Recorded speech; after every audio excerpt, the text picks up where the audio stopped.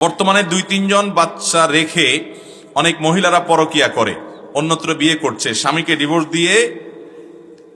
দিয়ে বা নিয়ে। এ ধরনের ডিভোর্স সম্পর্কে ইসলাম কি বলে? আর যে পুরুষ পরকিয়ার মাধ্যমে অন্য সংসার ভাঙছে তাদের সম্পর্কে ইসলাম কি বলে? এই ধরনের পরকিয়া বিয়েগুলো ইসলামে কতটুকু জায়েজ? যদিও মহিলারা বলে তারা স্বামীর সাথে সুখী না, তাই পরকিয়ার মাধ্যমে অন্যত্র বিয়ে করে। পরকিয়ার মতো এই জঘন্য ব্যাধি থেকে কিভাবে বাঁচা যায়? দেখুন, এটা দৃষ্টিভঙ্গিগত সমস্যা। একজন মুসলমানের দর্শন হবে, দৃষ্টিভঙ্গি হবে, দুনিয়াটা আমার স্থায়ী জায়গা না, এখানে চিরসুখী হওয়ার জায়গা না। আমার স্বামী, আমার স্ত্রী, তার সাথে আমার চিরসুখ হবে এবং সবকিছু বেটে বলে হবে, এটা জীবনেও আশা করা এটা বোকামি। যদি তিনি অমানুষ হন, তো ফেরাউনের স্ত্রী আসিয়া ফেরাউনের মতো অমানুষের ঘর করেছে। নিষ্পেষণ, নির্যাতন, জুলুম কাকে বলে, কত প্রকার কি কি, সেই জুলুম করে তাকে দুনিয়া থেকে বিদায় করে ছেড়েছে, হত্যা করে ছেড়েছে নিজের স্বামী ফেরাউন আসিয়াকে। আপনি তো তার চেয়ে বেশি নির্যাতিত না। আল্লাহ তাআলা কোরআনে কারিমে এরকম দুজন নারীর দৃষ্টান্ত দিয়েছেন। একজন হলেন ইমরাতে ইমরানের দৃষ্টান্ত, একজন হলেন ইমরানের মেয়ের দৃষ্টান্ত, মারিয়ামের দৃষ্টান্ত একজন, আরেকজন হলেন এই আসিয়ার কথা, ফেরাউনের স্ত্রী। মুসলিম মেয়েরা তাদের কথা চিন্তা করবে। এখনকার বেশিরভাগ সংসারগুলোতে অশান্তির মূল কারণ হলো শুকরিয়া নাই, যে আমি এখানে সুখী না।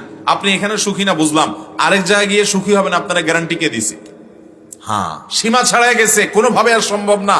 আল্লাহর দিনও আপনি পালন করতে পারেন না তার সাথে থাকতে গেলে। তাহলে সেক্ষেত্রে মুরব্বীদের সাথে পরামর্শ করেন, ওলামাদের সাথে পরামর্শ করেন, তারপরে সিদ্ধান্ত নেন, হুটহাট করেন না। কিন্তু পরকীয়া কোন অবস্থাতে জায়েজ হতে পারে?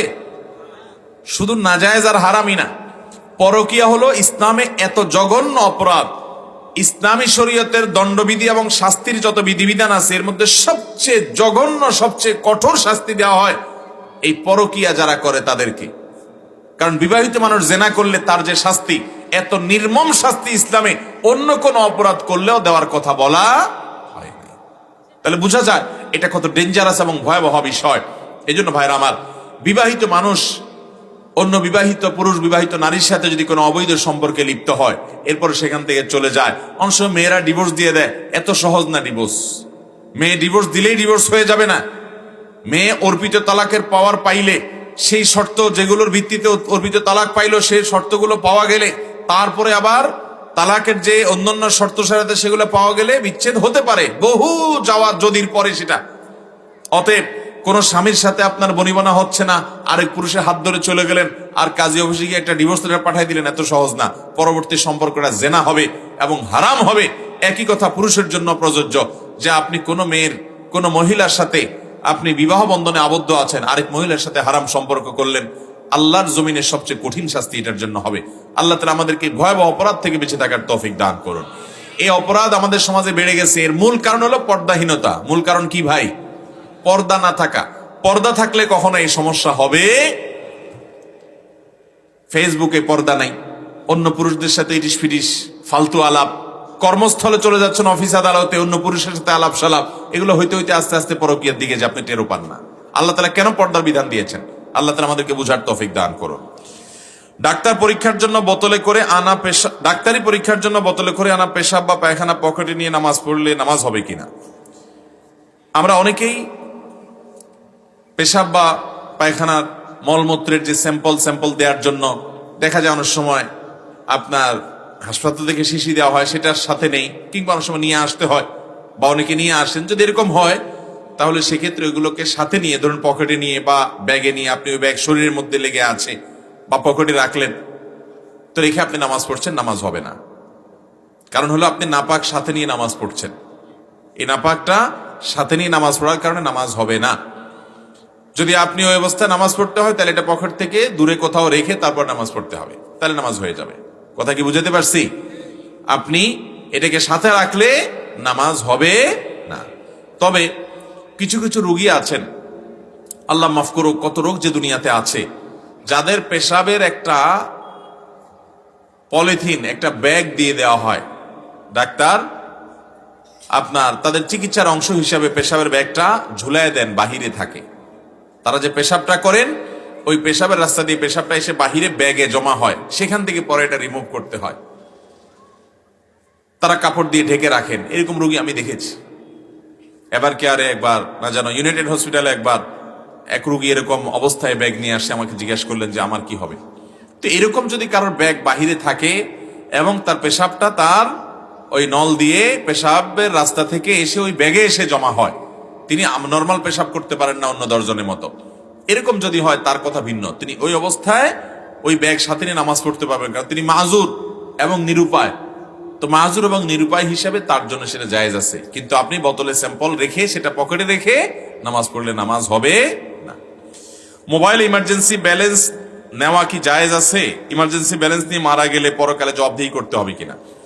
ইমার্জেন্সি ব্যালেন্স নেওয়া জায়েজ আছে।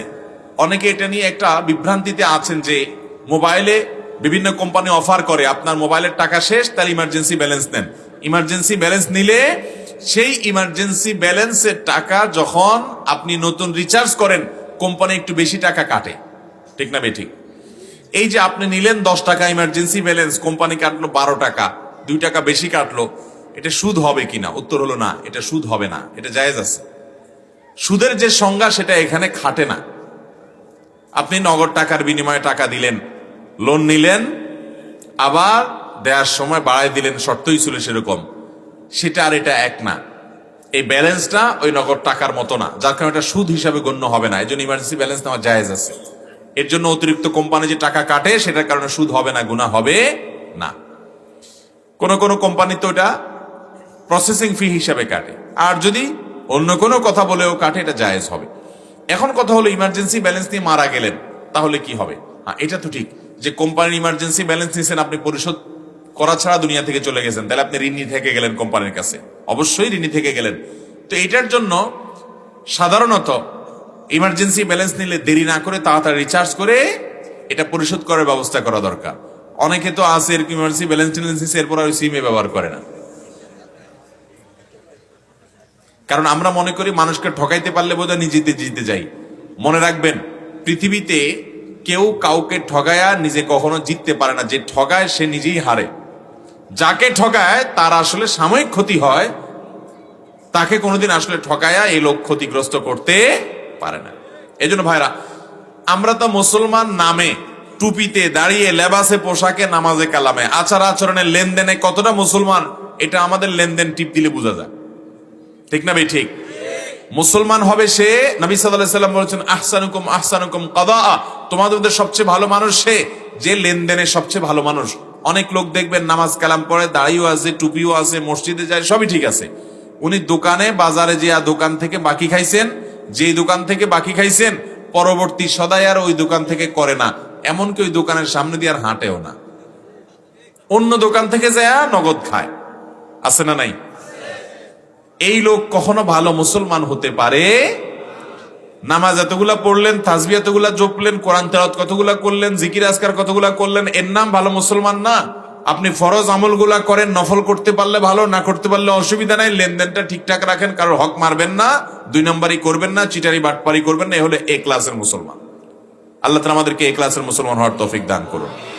অতএব মোবাইল ইমার্জেন্সি ব্যালেন্স নিছেন, দেরি করবেন না, দ্রুততার সাথে রিচার্জ করে ফেলেন যাতে এটা পরিশোধ হয়ে যায়। আর সন্তান সন্ততিদেরকে বলে রাখবেন, সাধারণত বলা লাগে না, বেশিরভাগ ফ্যামিলিতে বাবা মারা গেলে, মা মারা গেলে, কেউ মারা গেলে তার সিমটাতে অন্য কেউ ব্যবহার করে, তখন রিচার্জ করলে এটা তো পরিশোধ হয়েই যাবে। তারপরেও ওসিয়ত করে যেতে পারি আমরা সতর্কতার জায়গা থেকে, যে আমার মোবাইলে কখন ইমার্জেন্সি ব্যালেন্স নেওয়া থাকলে সেটা যেন পরিশোধ হয়ে যায়, সেজন্য তোমরা উদ্যোগ নিও এবং খেয়াল করি, এটা বলে দেওয়া যাওয়া যেতে পারে।